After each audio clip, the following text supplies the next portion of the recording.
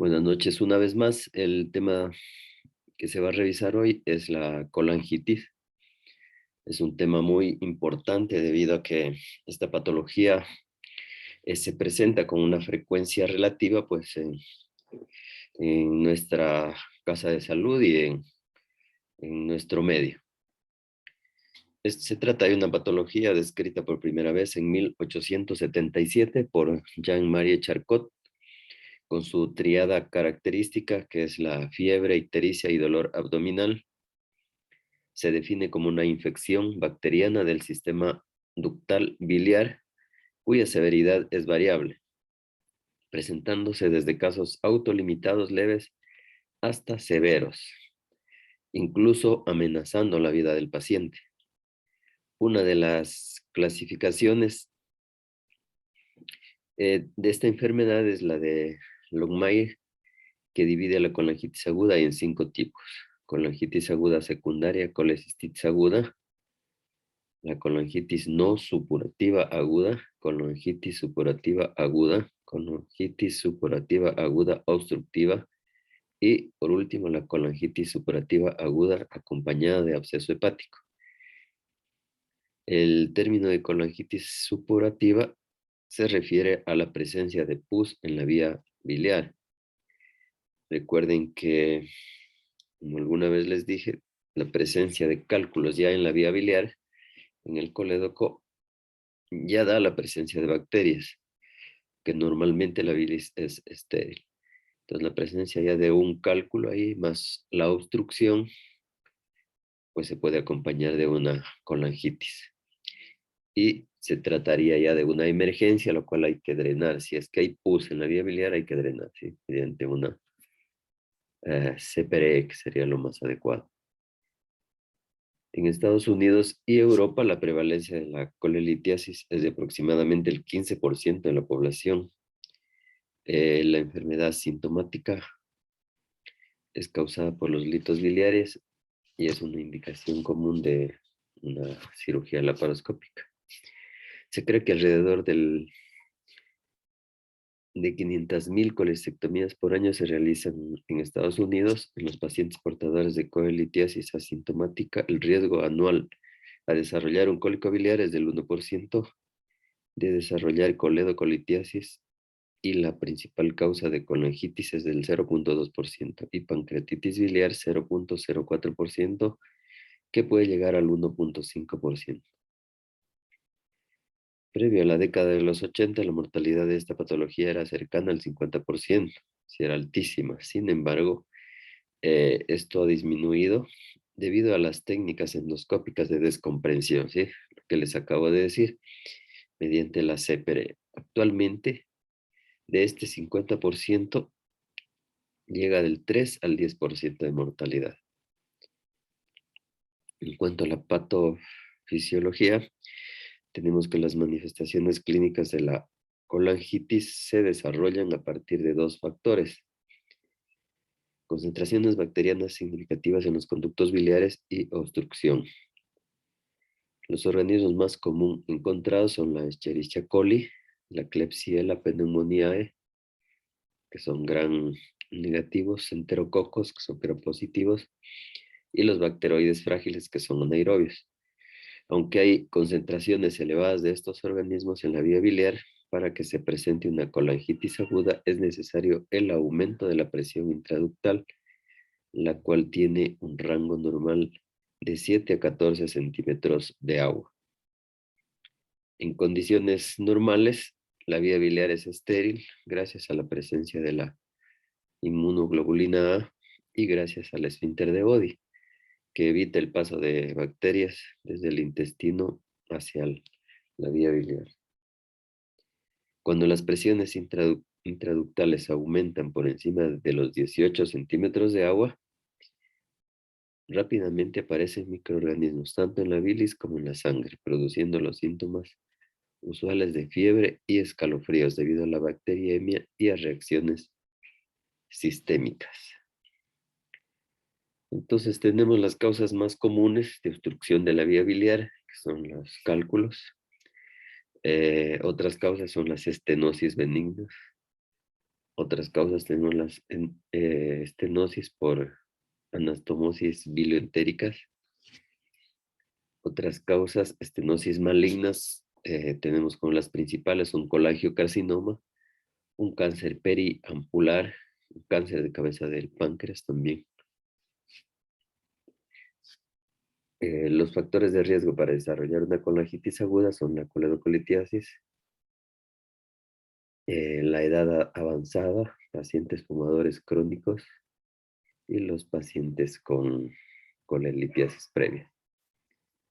Se ha observado también hallazgos que presentan aumento de probabilidad para presentar una colangitis severa o de alto riesgo y son lo que ya manifesté anteriormente, lo vuelven a repetir aquí, la edad avanzada, sobre todo mayores a 70 años, fiebre, bajo gasto urinario, hipotensión, taquicardia, leucocitosis mayor de 20.000, trombocitopenia, alteraciones de la coagulación, alteraciones de la función renal, duración de la enfermedad, enfermedad maligna de base, abscesos hepáticos, hiperbilirrubinemia, hipoalbuminemia, que serían los principales.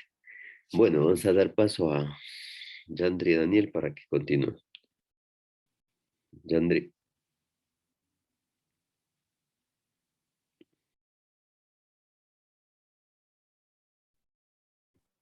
Listo, doctor.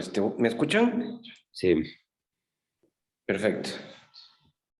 Bueno, como el doctor nos dio una breve introducción, muy específica y muy clara, vamos a hablar el día de hoy de colangitis. ¿Ya? Entonces, ya bueno, dentro de las definiciones, la colangitis aguda se define como la inflamación en sí de las vías biliares, de los conductos hepáticos o colédoco, y en este caso va a ser secundaria a una infección, que generalmente, como el doctor ya lo mencionó, va a ser bacteriana. El organismo causante va a ser siempre, o sea, generalmente la Escherichia coli, la más común. Es una enfermedad que va aumentando el número de casos por año, especialmente aquí en el Ecuador y en nuestra casa de salud también vemos muchos casos de colecistitis y luego colangitis. Bueno, esta se va a producir por la asociación de la presencia de bacterias en la bilis y aumento de la presión intrabiliar, lo que va a provocar en sí una obstrucción, lo que va a provocar destrucción, en este caso, de los ductos, si es que no se la trata a tiempo. ¿Ya? Bueno, esto también puede provocar una bacterbilia, que va a ser la aparición de gérmenes en el árbol biliar cuando no está obstruido. Bueno, como podemos ver ahí, es un conjunto de procesos que puede ser tanto en el conducto hepático, en el conducto cístico. ¿Ya? Como podemos ver en la imagen, no sé si se puede ver mi cursor, donde está la flechita roja, vemos un conducto normal y abajo un conducto ya inflamado con destrucción de los ductos, secundaria a una colangitis aguda. Esto dentro de las generalidades. ¿Ya? Bueno, dentro de la etiología de las causas de la colangitis, bueno, como el doctor ya lo mencionó, igual está la coledocolitiasis, que hace la obstrucción. Y bueno, tenemos también, esa va a ser la más común. Tenemos casos de estenosis benigna de la vía biliar y estenosis malignas de la vía biliar que también nos van a dar colangitis.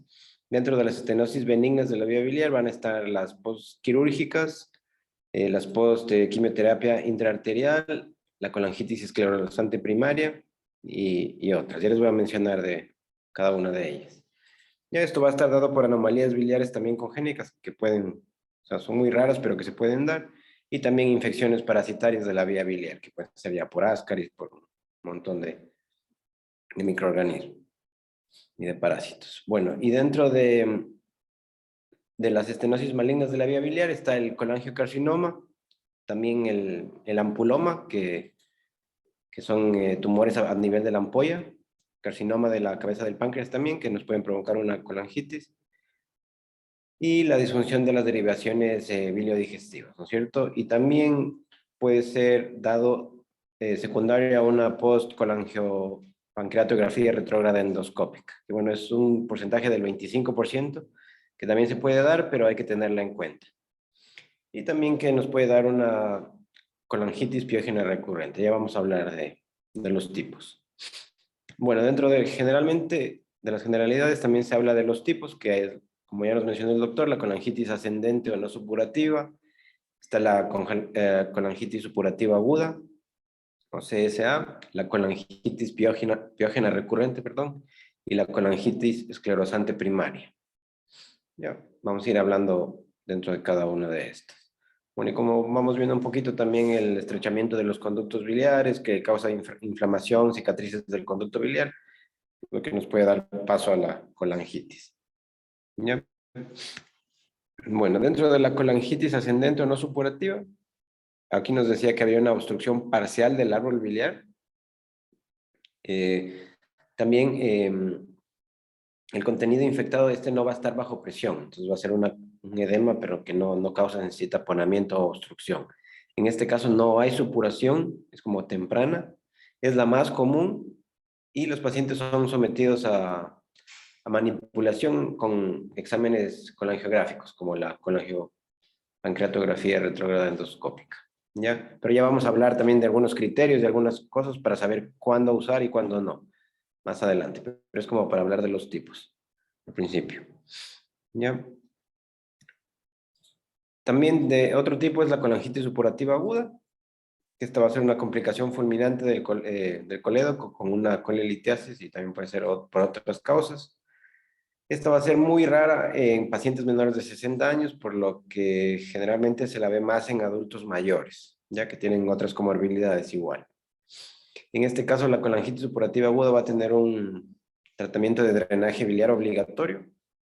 Y en este caso, la colangitis supurativa aguda va a, nos puede hacer que haya un retardo en el diagnóstico y también un retardo en el tratamiento que vamos a usar. Entonces, por eso esto va a aumentar la mortalidad dentro de la colangitis supurativa aguda. Ya vamos a hablar más adelante. Ya también estaba la colangitis piógena recurrente, que en este caso nos mencionaba la literatura que va a ser obviamente una infección repetida del árbol biliar, que era más prevalente en países asiáticos, ¿ya? Que este va a tener, generalmente se va a dar por cálculos con pigmentos biliares. ¿Ya? Y también, bueno, dentro de los países occidentales, ya como en nuestro caso, son secundarias a cálculos que van a pasar desde la vesícula, que pueden causar, obviamente, taponamiento. Pero en este caso, como su nombre dice, colangitis piógena, ya va a haber la presencia de pus. ¿Ya? Otro caso también es la colangitis, otro tipo es la colangitis esclerosante primaria o CEP. Esta es una enfermedad colestásica crónica, que no tiene una etiología determinada. Bueno, el curso de la enfermedad va de una supervivencia de 2 a 20 años con una media de 12 años cuando ya se tiene esta patología. ¿Ya? En este caso, en algunos puede ser secundaria a una colangitis recurrente. Bueno, dentro de la clínica, esto va a tener astenia, prurito, ictericia.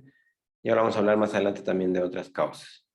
Ya la evolución de esta enfermedad nos va a dar complicaciones como la colangitis bacteriana o un colangiocarcinoma, que también es predisponente si es que no se trata.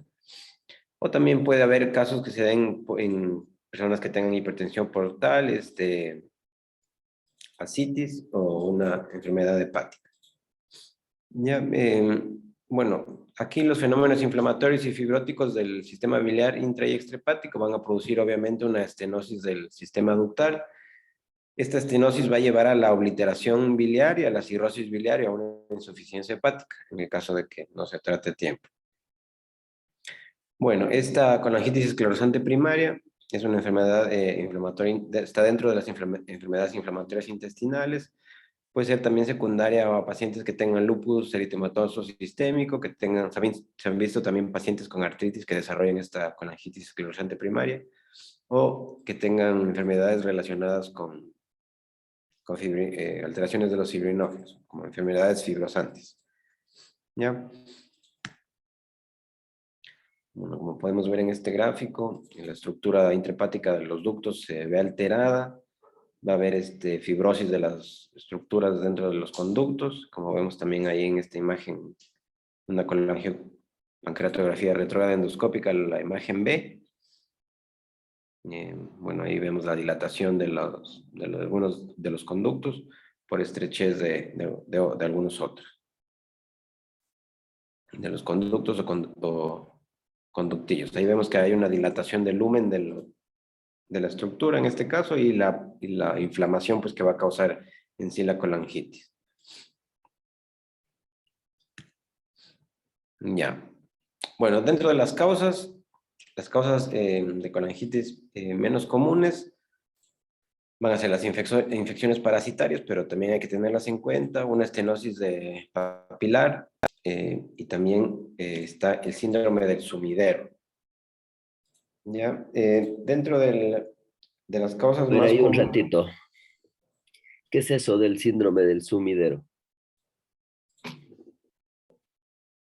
ya, el síndrome del sumidero es una patología asociada a la disfunción por ejemplo, una coledocoduodenostomía.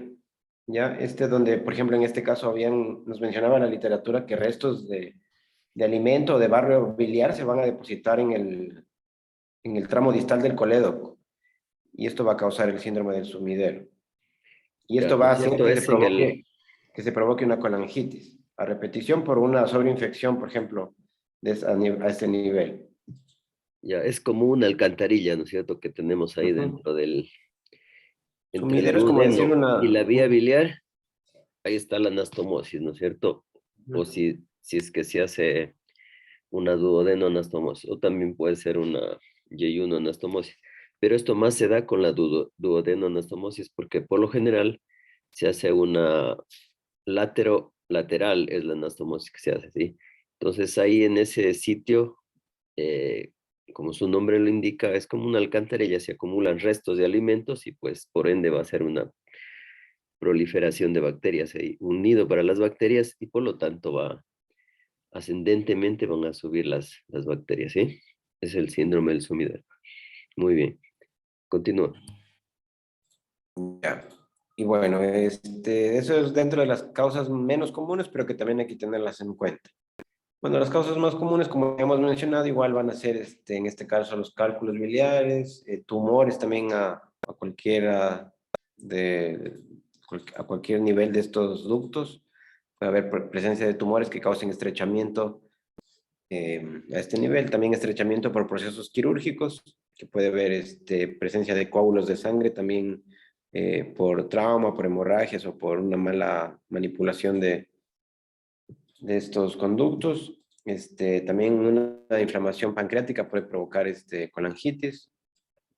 Ya un reflujo bacteriano del intestino delgado también nos puede causar una colangitis, que es una causa no tan común, pero que sí es dentro de las causas comunes. Y también una infección hematógena que nos puede causar colangitis. Pero el 70% va a estar provocado por cálculos. Y van a ir decreciendo de acuerdo a este cuadrito. Ya, bueno, como el doctor ya nos mencionó un poquito, pero vamos a hablar también de los microorganismos más comunes en la colangitis. Bueno, ¿en qué caso nos decía que se va, por ejemplo, a colonizar el árbol biliar de estos microorganismos? Por ejemplo, en una litiasis, en una obstrucción o en una anastomosis bilioentérica. Hay que tener muy en cuenta que hay factores que aumentan la contaminación. Por ejemplo, como igual les mencioné antes, en pacientes mayores a 60 años, adultos mayores a 65 generalmente, que son factores que aumentan en este caso la proliferación de microorganismos.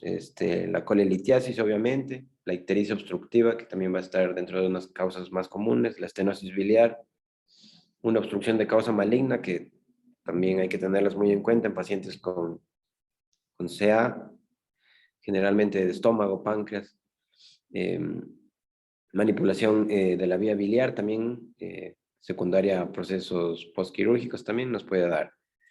Bueno, dentro de los microorganismos más comunes, como el doctor nos mencionó, y la literatura nos dice que del 80 al 90% van a ser la Escherichia coli, ya agente causal de muchas enfermedades, pero obviamente también de la colecistitis, colangitis. Ya es el microorganismo más común que se ha encontrado dentro de todos los estudios. Ya, la Klebsiella también, el Enterobacter, el Proteus, las Pseudomonas y los enterococos dentro de los aerobios. Y dentro de los anaerobios, que es más raro, pero que también pueden causar, están los bacteroides, los cocos anaerobios y el Clostridium. Entonces, A ver, ahí un dentro de ratito. A ver, Irving, ¿Cómo está, Doc? Diga. entonces, ¿por qué será importante conocer los microorganismos que están presentes en esta patología, en este caso anaerobios y anaerobios, y qué tipo de microorganismos están presentes? ¿Para qué será importante eso?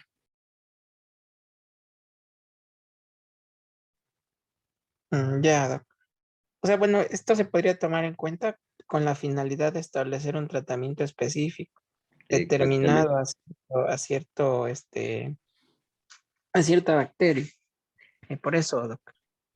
Ya, muy bien. Entonces, para iniciar, ya si sospechamos, ¿no es cierto? Viene un paciente de 70 años de edad, viene ictérico, viene con dolor abdominal, ya le realizan los exámenes, está con leucocitosis, está con hiperbilirrubinemia a expensas de la bilirrubina directa, eh, tiene un conducto biliar dilatado, tiene colelitiasis, ¿no es cierto? Sospechamos en una colangitis. Entonces, ¿qué medicamento debemos darle inmediatamente ya de una forma empírica? Irving. Ya, Doc. Eh, se podría empezar podría ser, Doc, con cefazolina, podría ser. Mira, la cefazolina, ¿para qué microorganismos nomás cubre este antibiótico?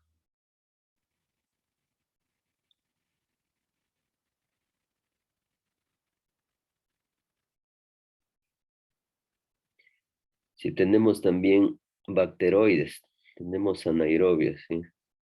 Entonces debemos entrar ya de cajón tenemos enterococos que son gram positivos.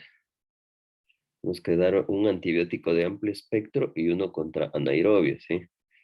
Entonces vamos a empezar con lo que hay pues en nuestra casa de salud. Puede ser una ceftriaxona y un anaerobio puede ser el metronidazol o la clindamicina, ¿sí? Eh, que puede empezar también con amoxicilina más ácido clavulánico, que también cubre para anaerobios, o la ampicilina más sulbactam, también cubre para anaerobios y también es de amplio espectro, ¿sí? Entonces, cualquiera de esos tres esquemas podemos empezar ya de una forma empírica porque ya sabemos qué microorganismos pueden estar ahí. Ya continúa. Ya, listo. Sí, como el doctor lo mencionó, bueno, lo primero que deberíamos hacer es utilizar ampicilina más sulbactam, pero ya vamos a hablar del tratamiento más adelante para que sepan por qué. Ya, pero sí es ampicilina más sulbactam para tratar de prevenir más complicaciones. Bueno, dentro de la fisiopatología de la colangitis, como ya sabemos que puede ser por obstrucción de un cálculo que es lo más común, o una dilatación o estrechez perdón, una estrechez de estos conductos, vamos a hablar un poquito de la fisiopatología. Entonces, por ejemplo, en este caso por una obstrucción que puede estar dentro del esfínter de Oddi, de la ampolla de Vater o dentro del conducto biliar común también. Bueno, primero va a haber, pues obviamente, la éxtasis biliar. Esto nos va a llevar, como ya lo mencionamos, a la proliferación bacteriana, que puede ser generalmente Escherichia coli. Ya, esta proliferación bacteriana, este nivel por esta obstrucción, va a provocar, obviamente, que aumente la presión intraductal. Como sabemos, la presión normal va de 70 a 14 centímetros, pero nos va a hacer que aumente. Entonces, esto va a hacer que haya también un reflujo colangiovenoso. Aquí va a aumentar la presión de 20 a 25 centímetros de agua y esto nos puede llevar a una septicemia. Por eso es muy importante llegar a un diagnóstico breve y a un tratamiento oportuno, ya para evitar complicaciones. Bueno, como sabemos, la presión normal dentro del árbol biliar es de 10 a 14 centímetros de agua y aumenta hasta 25 y 40 con una obstrucción completa. ¿Ya? Entonces, cuando hay, por ejemplo, una presión de 15 centímetros, el flujo va a disminuir. Cuando hay alrededor una presión de 30 centímetros de agua, se detiene y va a provocar, obviamente, una éxtasis a este nivel, donde esté la obstrucción o la proliferación bacteriana. Y cuando es de 20 a 25 centímetros, obviamente va a haber ya liberación de las bacterias de la bilis, el sistema venoso y el sistema linfático. Va a haber una proliferación bacteriana, obviamente, y nos puede provocar una sepsis. Es por eso que hay que tener en cuenta la sintomatología, los exámenes de laboratorio y los exámenes de imagen para llevar a un diagnóstico temprano y poder dar un tratamiento oportuno. Ya, bueno, en este caso, como ya hablamos también, la colangitis aguda se va a definir por obstrucción e inflamación, aparte de la infección piógena del árbol biliar. Bueno, en este caso, las bacterias que infectan van a poseer hasta fimbrias, que estas bacterias adherirse al cálculo. Por eso siempre vamos a tener que hacer un histopatológico de los cálculos en casos graves, y también va a aumentar el factor de virulencia por casos de accesos y persistencia. En este caso, como ya estamos viendo, la colangitis es el resultado neto de una compleja interacción entre las bacterias infectantes y el huésped. Obviamente, lo que nos va a desarrollar toda la clínica, que ya vamos a hablar también en un ratito. Ya. Esto nos va a provocar, obviamente, la translocación bacteriana a partir del intestino. En este caso también va a haber pasos de bacterias a través de la vena porta. Esto va a hacer que lleguen las bacterias al hígado por un reflujo del duodeno, ya en casos más graves. Y bueno, y la supervivencia depende del grado de colonización que tenga el paciente, porque si es una sepsis grave, pues es más complicado y ahí se complica el pronóstico. Pero Pero hay bueno, un ratito ahí. A ver, José Cárdenas.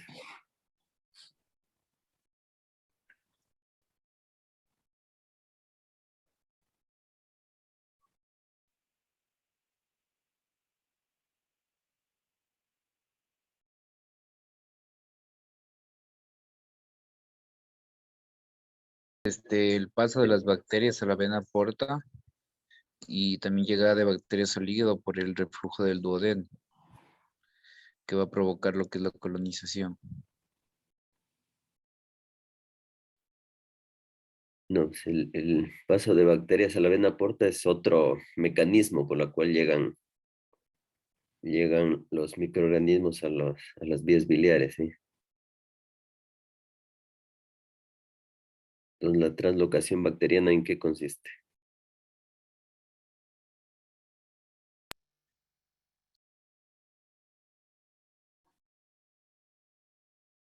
Es el paso de las bacterias del intestino hacia el colédoco.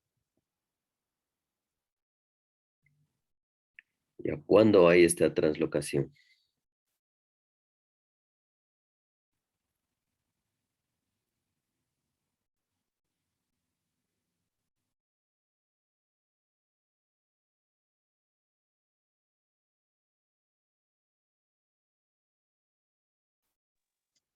Cuando hay inflamación de las paredes de la vía biliar, sería más fácil la translocación bacteriana.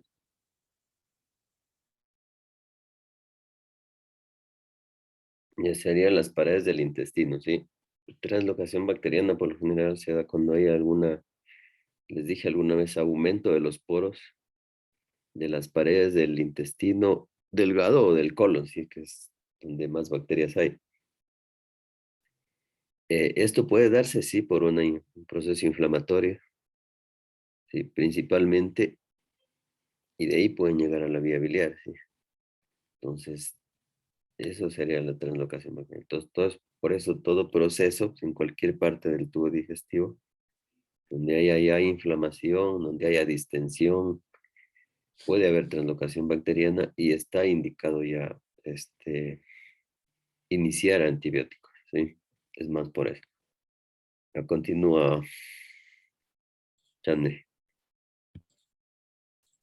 ya, bueno, dentro como les veníamos hablando, el retardo del tratamiento puede obviamente provocar abscesos hepáticos, degeneración centrolobulillar, una pieloflebitis, perdón, y un deterioro rápido, en este caso del paciente, lo que va a provocar el shock séptico.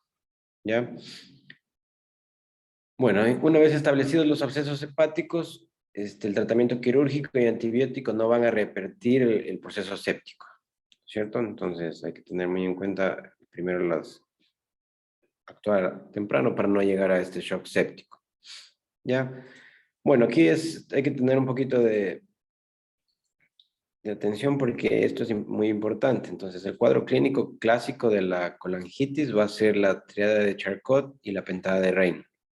Ya, entonces, si vemos un paciente que llega con dolor, fiebre, bueno, la fiebre es como que una de las manifestaciones que siempre va a estar presente en la colangitis, ¿ya? Entonces, es un mecanismo de defensa del cuerpo para tratar de que no proliferen más bacterias y todo eso ya sabemos, pero la triada de Charcot, como sabemos, es dolor, fiebre e ictericia, ¿no es cierto? Que van a ser clásicas en la colangitis, pero también en el caso de que se complique, van a estar el dolor, la fiebre y la ictericia, más un shock séptico y alteración del sensorio, o sea, del deterioro neurológico, que nos va a dar la pentada de Reynolds, que también va a ser clásico en una colangitis. Ya vamos a ver también una escala de Tokio, que esa nos ayuda a ver la severidad y eso para tener un mejor manejo. Ya, pero bueno, dentro de estas manifestaciones, como el doctor también nos mencionó, las descubrió en 1887 Charcot, por eso tiene su nombre, de la triada de Charcot, que siempre la debemos memorizar, dolor, fiebre y ictericia. Bueno, y en este caso, años más tarde, en 1959, Reynolds describió la triada o sea, esta triada de shock, triada de Charcot más shock y alteraciones del sensorio, lo que provocaba la pentada de Reynolds, que también es manifestaciones clásicas de una colangitis. Bueno, también dentro de las manifestaciones clínicas pueden haber pacientes con manifestaciones escasas, por ejemplo, pacientes con comorbilidades como pacientes con CA o con una diabetes descompensada que provoque enmascaramiento de esta sintomatología. Pero generalmente también esos pacientes pueden presentar escalofrío, picos febriles, coluria obviamente, y dolor abdominal, que va a ser clásico de esta enfermedad. ¿Ya? En este caso hay que tener en cuenta también que hay pacientes añosos, o sea, de edad avanzada, que pueden tener confusión mental o ya alguna patología establecida como Alzheimer o bueno, tantas patologías neurológicas que nos pueden dar confusión mental o shock sin fiebre, entonces por eso hay que tener en cuenta también esto. También va a haber una leucocitosis con desviación a la izquierda como una única manifestación. Entonces este es un cuadro clínico, se podría decir clásico, aunque hay que tener en cuenta que hay personas con comorbilidades y con, por ejemplo, pacientes añosos, tener en cuenta las enfermedades de base para no confundirnos en el diagnóstico. A ver, hay un ratito. Hay que tener muy en cuenta la triada de Charcot y la pentada de Reynolds. Ya. A ver, Michelle. Entonces, ¿qué es piliflebitis? Que menciona ahí su compañero. ¿De qué se tratará eso?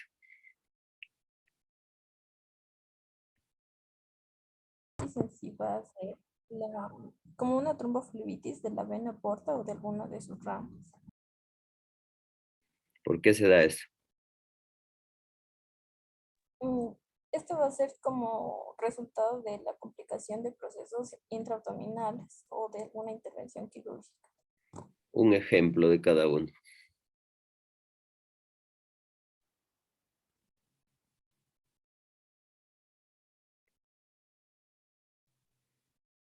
¿Cuál sería un ejemplo? Me dice de un proceso inflamatorio intraabdominal.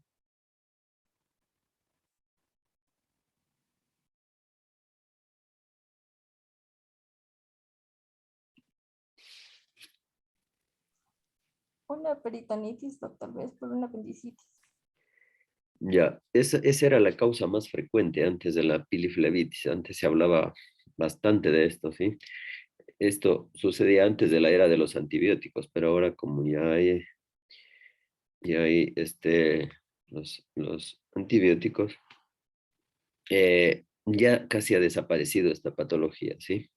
Justamente es una presencia de pus en la vena porta o en una de sus ramas, ¿sí? Justamente, y esto ya era un paciente grave que estaba próximo para un shock séptico, ¿no es cierto? Una sepsis generalizada de este paciente. Y era frecuente con la apendicitis, ¿sí?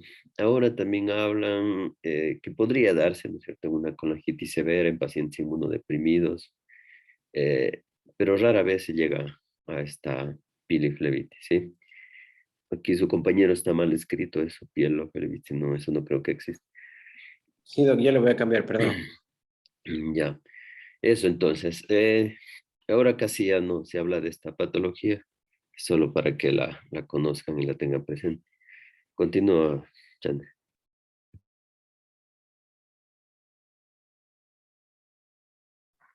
Ya bueno, dentro de los auxiliares diagnósticos que vamos obviamente siempre a tener a la mano, especialmente en las casas de salud, van a ser los exámenes de laboratorio, donde vamos a ver generalmente una leucocitosis con desviación a la izquierda, que es clásica de una colangitis. Bueno, también podemos ver, aunque no es siempre común, pero pruebas de coagulación y hemostasia alteradas también, la bilirrubina y fosfatasa alcalina alterada, pero siempre en conjunto, ya porque puedan ver patologías que nos enmascaren por ejemplo, que aumente la bilirrubina, y también una TGO y una TGP elevadas, ya. Dentro de los exámenes de imagen, bueno, nos mencionaba que la radiografía de abdomen simple no se la usa, pero más nos va a ayudar en el caso de que no tengamos otros medios diagnósticos y para descartar otro tipo de, por ejemplo, inflamaciones de algún otro órgano, alguna ruptura, pero bueno, no se la utiliza, pero también la menciona la literatura. ¿Ya? Bueno, también como ya sabemos dentro de la colelitiasis, la colecistitis aguda, la coledocolitiasis o la dilatación del coledo, con la gold standard o la primera prueba de imagen en sospecha de colangitis va a ser la ecosonografía, un eco, ya que nos va a ayudar en sí al diagnóstico. Ahí vamos a ver pues engrosamiento de paredes, si hay líquido, pero bueno, esos ya son criterios ecográficos. Ya, pero sí nos va a ayudar el eco mucho. ¿Hay líquido dónde? O sea, depende del nivel donde esté la obstrucción. Por ejemplo, si hay en el colédoco, si está obstruido y hay dilatación ahí, pues eso, el eco nos va a ayudar. Depende del sitio de la obstrucción o de la dilatación. Ah, pero líquido dice. Bueno, líquido puede ser líquido pericolecistítico cuando se acompaña de una colecistitis aguda. ¿Mm? Ya, está bien, en la ecografía es la primer estudio de imagen que debemos pedir, ¿no? Ya les dije, pueden ver la vesícula con cálculos, el colédoco, pueden ver los cálculos también, o solamente lo pueden ver dilatado. Recuerden que el colédoco, solamente la parte superior es la que se puede ver, la parte inferior, que ya está detrás del duodeno, ya no se puede ver, eh, debido a que el principal enemigo de la ecografía pues es el gas, ¿no es cierto? Entonces ya no se puede ver las demás porciones del colédoco. Ya, continúa. Ya. Bueno, dentro de también el diagnóstico por imagen, el eco y la colangiopancreatografía por resonancia magnética, también que en este caso nos va a ayudar para ver la obstrucción de la vía biliar principal y como método de screening no invasivo que nos va a ayudar. Pero eso no contamos en nuestra casa de salud ni en el Isidro Ayora y Ya, claro, la colangioresonancia pues es el estudio que le sigue, ¿sí?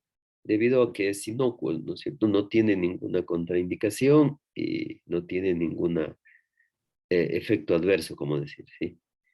En cambio, la CPRE, pues, si bien es cierto, es útil también por lo que puede ser terapéutica, pero es mejor primero utilizar la colangioresonancia, ¿sí?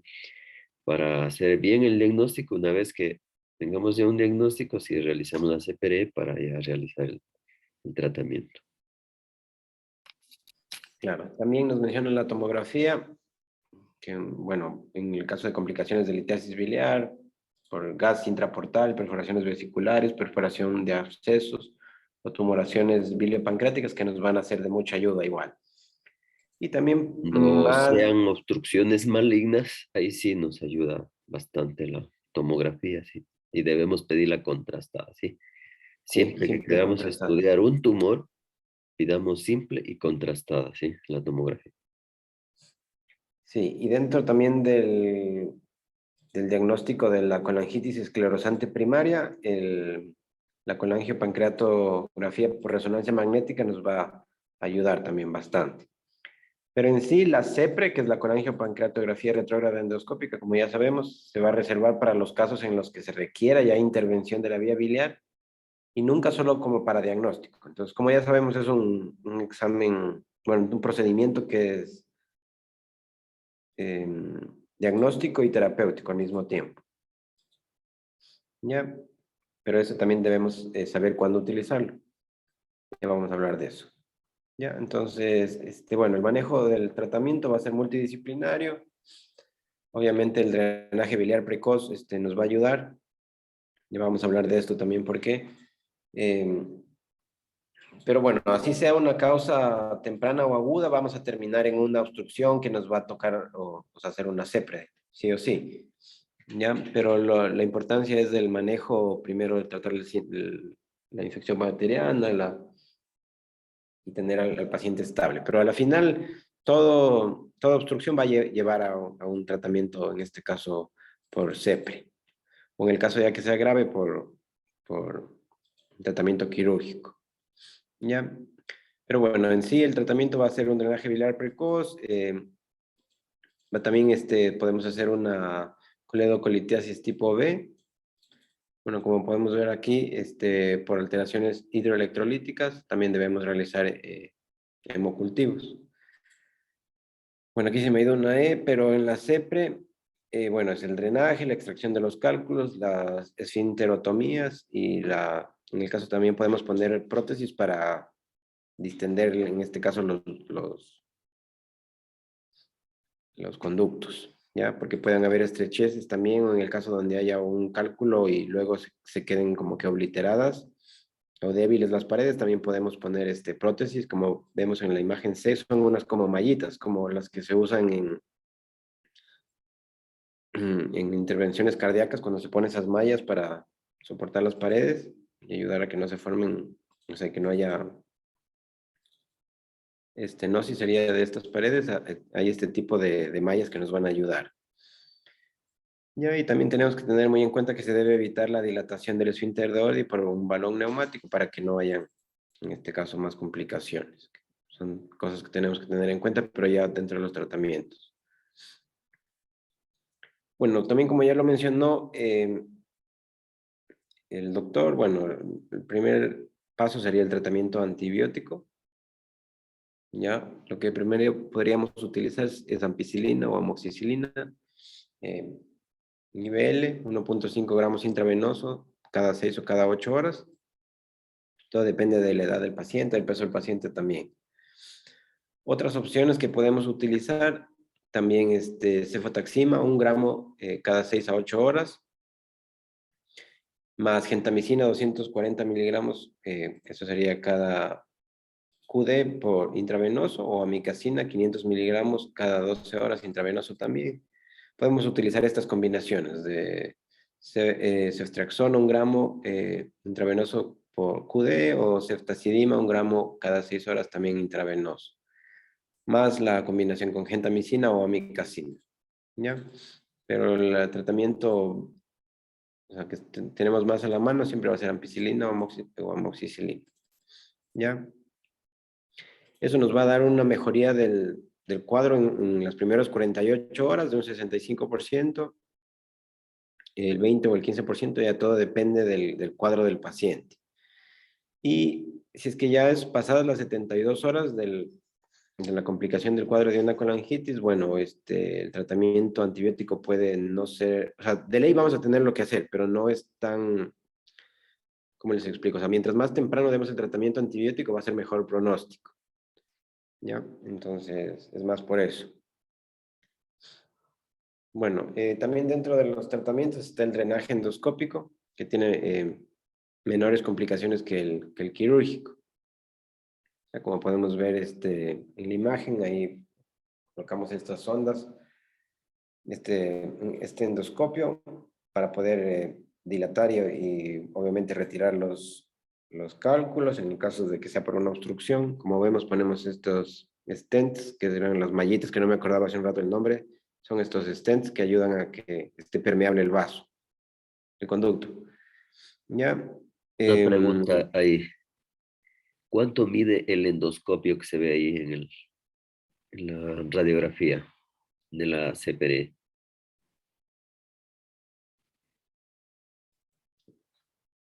¿Cuánto mide un endoscopio? Claro, Mm, porque eso nos sirve muchísimo para diferenciar del colédoco, ¿sí? Pues el colédoco tiene un mayor diámetro que el endoscopio. Entonces, ¿cómo sabemos eso?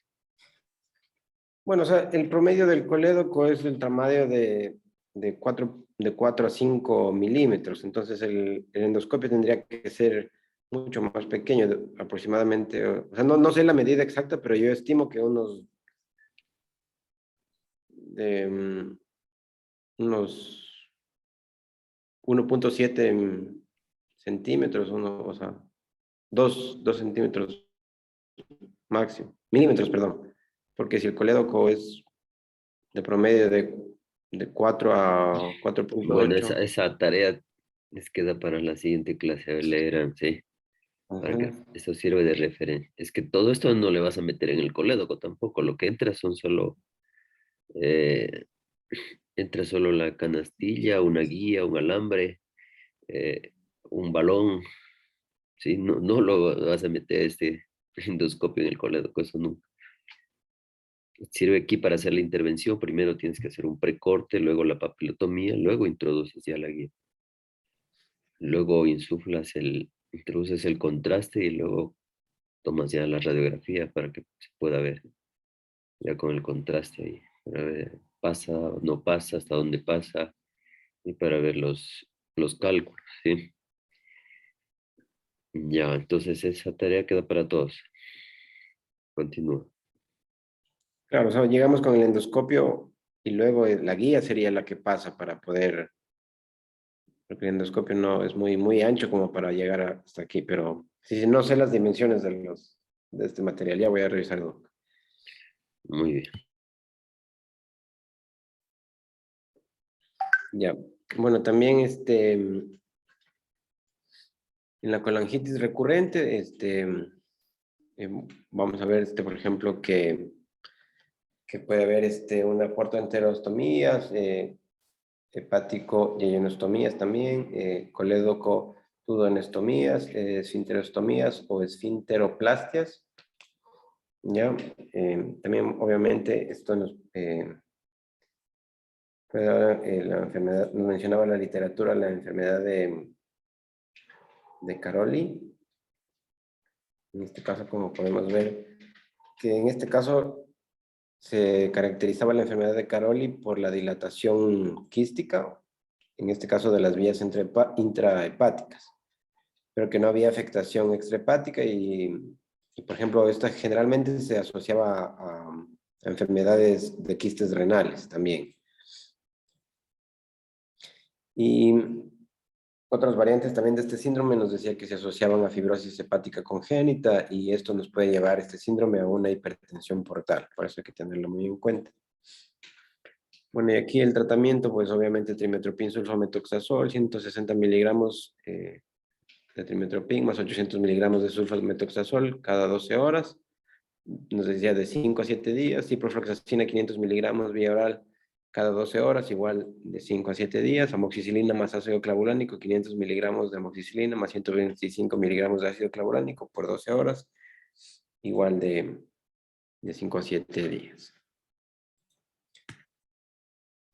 Bueno, y estos cuadritos me parecieron interesantes ya que nos da el manejo de la colangitis aguda. Entonces, por ejemplo, dentro de la sospecha clínica, ya después de todo lo que hablamos de la sintomatología y las manifestaciones clínicas, si está dentro de las primeras 12, 24 horas, obviamente la hidratación, más los antibióticos auxiliares que nos van a ayudar en el diagnóstico. Si hay una mejoría del 85%, puede ser porque el colédoco esté menor a 7 milímetros, pero cuando hay el colédoco mayor a 7 milímetros, vamos a tener que, obviamente, hacer una CPRE. Ya les voy a dar otro cuadrito que está más claro, pero este también estaba un poquito bonito como para entender. Si es que el paciente empeora a pesar del tratamiento antibiótico y la hidratación, obviamente la descompresión por CPRE es el tratamiento ideal. ¿Ya? Esto nos va a dar descompresión biliar, el drenaje endoscópico, el drenaje percutáneo y un manejo en UCI que puede ser en el caso de que no mejore. Bueno, en el caso de que mejore, podemos hacer una colecistectomía o una laparotomía explorativa más una laparotomía de la vía biliar. Pero en el caso de que empeore, el drenaje biliar a cielo abierto es la opción que debería realizarse. Obviamente esto es un tratamiento quirúrgico. Bueno, dentro de esto también hay que tener en cuenta estas guías que se usa actualmente, que es la guía Tokio 2018, la última que está, o sea, que es la que se usa actualmente. Entonces, bueno, aquí vamos a ver los criterios diagnósticos de colangitis aguda a través de estas guías. Entonces, por ejemplo, aquí nos da la categoría A, que es el contexto y las manifestaciones clínicas. Entonces, por ejemplo, un paciente que tenga historia de enfermedad biliar, fiebre o escalofríos, ictericia, dolor abdominal, que es la TEA de Charcot. ¿Ya? Obviamente el dolor abdominal en cuadrante superior derecho. Bueno, dentro del B están los exámenes de laboratorio, que hay una respuesta inflamatoria, que haya leucocitosis obviamente con desviación a la izquierda, y una PCR positiva. ¿Ya? Y las pruebas de función hepática anormales. ¿Ya? Dentro de la categoría C están los hallazgos de imagen, que haya dilatación de la vía biliar o evidencia de esta etiología. Entonces, la sospecha del diagnóstico de colangitis va a ser cuando nos dé 2 o más puntos de A, pero para decir que nosotros es un diagnóstico definitivo tenemos que tener obviamente la tríada de Charcot más 2 criterios, o sea, en este caso sería 2, 3, 4, para poder decir que es un diagnóstico definitivo, pero en el caso de que sean 2 o más puntos de A, más todos los puntos de B y C, obviamente es el diagnóstico definitivo para colangitis. Entonces, dentro de estas tablas de las guías Tokio nos da colangitis grado 1, grado 2 y grado 3, o podría ser leve, moderada o severa, que también la mencionan en otras literaturas. Pero para esto vamos a obviamente tener que tener en cuenta el tratamiento. Entonces, dentro de la colangitis grado 1, que obviamente va a responder al tratamiento inicial, que son obviamente las medidas de hidratación, medidas generales y antibióticos, ¿ya? Donde nos puede ayudar a la resolución del caso. En la colangitis grado 2 o moderada, en este caso ya a pesar de la hidratación y el antibiótico no va a responder el paciente al tratamiento. Entonces, esto ya nos obliga a realizar una CEPRE, ¿ya? Entonces, pero ¿por qué vamos a hacer la CEPRE? Porque aún no presenta disfunción orgánica, ¿ya? Y en caso de la colangitis grado 3 o severa, en este caso ya pues obviamente va a haber una disfunción orgánica caracterizada por falla de al menos uno de los siguientes órganos. Entonces, obviamente va a haber disfunción cardiovascular que puede ser dada por una hipotensión que requiere manejo con dopamina y dobutamina. Puede haber una disfunción del sistema nervioso, obviamente alteración del estado de conciencia, disfunción respiratoria con una una presión parcial de oxígeno y una FiO2 menor a 300, una disfunción renal, cuando obviamente la creatinina sérica esté mayor a 2 miligramos sobre decilitro. Bueno, cuando hay una disfunción hepática, con el INR y el TP mayor a 1.5, y una disfunción hematológica cuando hay un conteo plaquetario menor a 100.000 unidades por litro. Entonces, podríamos decir que estas guías nos ayudan para que más pacientes con una posible colangitis puedan ser diagnosticados a tiempo y puedan tratarse. Pues eso nos da una recomendación 1D. Y esto es esta guía Tokio es de la Asociación Japonesa de Cirugía Hepatobiliar y Pancreática, pero son las guías que se usan actualmente.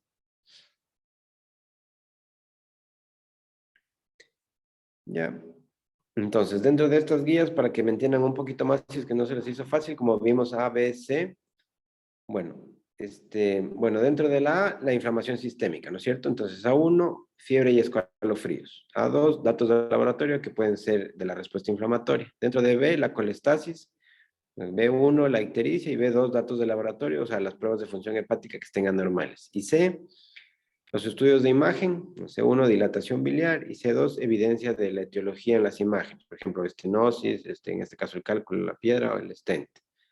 Entonces podemos decir un diagnóstico sospechoso, que en este caso nos dé un elemento A o un elemento B o C, que es lo que les decía en el cuadro anterior, y un diagnóstico definitivo, que puede ser un elemento A, un elemento B y un elemento C, que haya uno de cada uno, ya nos da un diagnóstico definitivo. Entonces era más como para que me entiendan un poquito más este cuadrito de las guías. Ya está muy, muy bien, muy didáctico ese cuadro, ¿no? Entonces eso tienen que aprenderse, las guías de Tokio. Bueno, entonces también los criterios de gravedad de las guías Tokio 2018.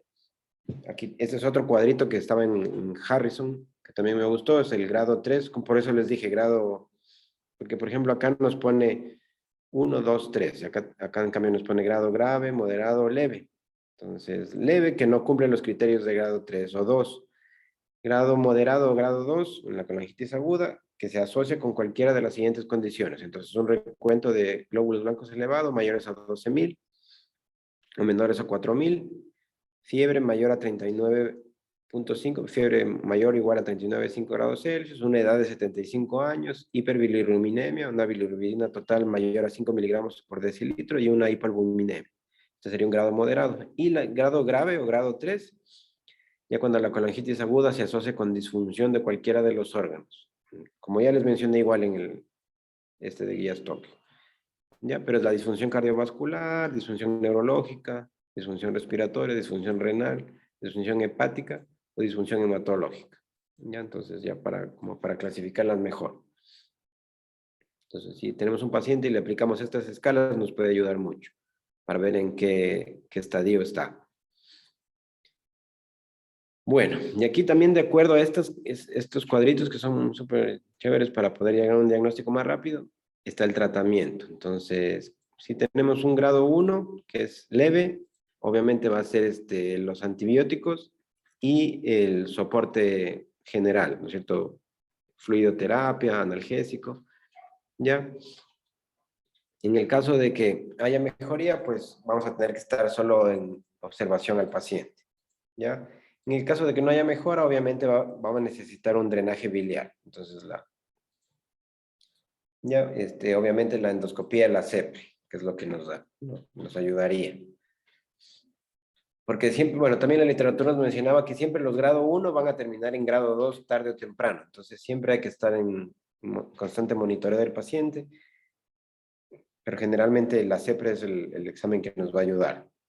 Entonces, en el grado 2 o moderado, obviamente también antibióticos y soporte general y un drenaje temprano también nos va a ayudar. Y en el grado 3, obviamente el drenaje biliar y el soporte con antibióticos para que no haya falla multiorgánica. ¿Ya? Entonces, si ya tenemos un diagnóstico, ya hicimos estos criterios, utilizamos estos cuadros, obviamente iniciamos el tratamiento antibiótico según el agente causal. Vamos a valorar la severidad, si es grado 1, como ya les dije, vamos a tener al paciente en observación y manejar pues la sintomatología. Ya, en el grado 2 obviamente va a necesitar la CEPRE, un drenaje biliar temprano para evitar complicaciones. Y el grado 3 va a necesitar un drenaje biliar urgente. Aquí sí, ya sí tenemos, como les mencioné en los cuadritos anteriores, cualquiera de estas manifestaciones necesitamos una CEPRE de urgencia. ¿Ya? Entonces, es el tratamiento por etiología endoscópico, percutáneo o en este caso ya quirúrgico cuando ya está en grado 3, que es de urgencia. Ya, también aquí nos mencionaba Harrison los criterios de transferencia. Entonces, en la colangitis aguda leve, grado 1, si un cálculo está presente en el conducto biliar común o no hay respuesta al tratamiento inicial dentro de 24 horas, una respuesta similar a de la colangitis aguda moderada debe considerarse. Entonces, ¿cuál es la colangitis aguda moderada? Aquí los pacientes deben ser tratados en un hospital donde se pueda realizar obviamente el drenaje biliar y la gestión sistémica.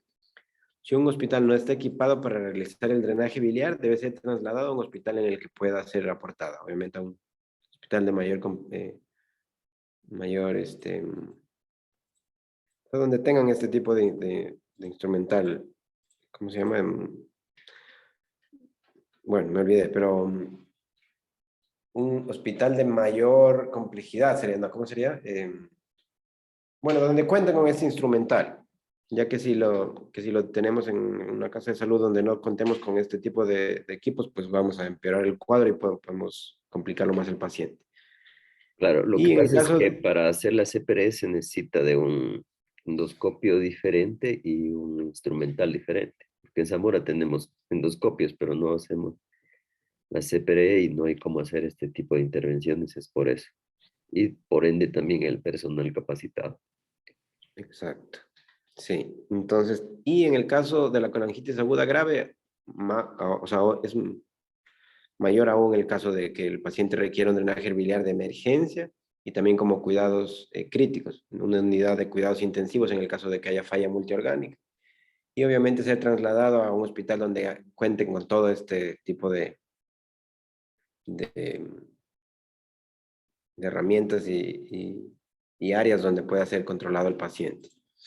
¿Ya? Entonces estos son los criterios de transferencia que hay que tener en cuenta. Es un hospital de mayor complejidad, sería. Esta es la bibliografía de donde saqué mi información y eso sería todo. Muchas gracias. ¿Alguna pregunta?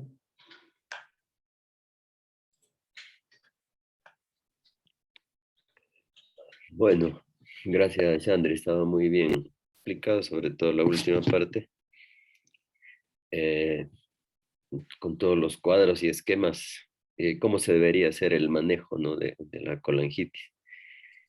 Es como siempre se dice, absceso drenado es absceso curado, y la colangitis es la presencia de pus en la vía biliar que rápidamente puede llevar a una sepsis, por lo tanto hay que tratarla como tal, ¿sí? Si el paciente ya está con toda la sintomatología del grado 3, de la colangitis grado 3, ¿sí?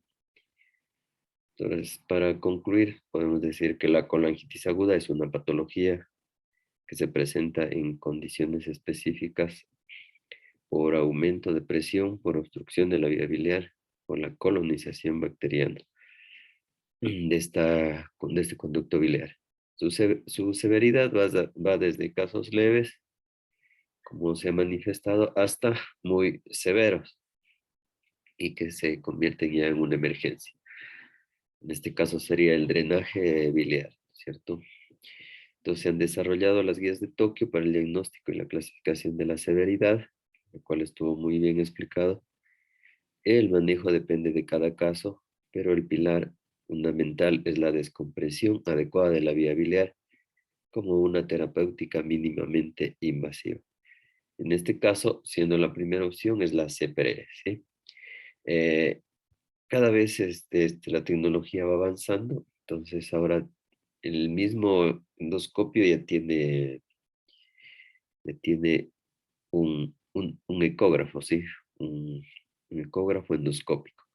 Entonces ya no se utiliza el contraste y la irradiación, ¿sí? Es por eso que muchos endoscopistas no hacen la CPRE por la radiación que involucra esto. Recuerden que toca utilizar el arco en C, estar así irradiando ahí todo el tiempo y eso ocasiona muchos problemas, desde una inmunosupresión hasta problemas ya patológicos.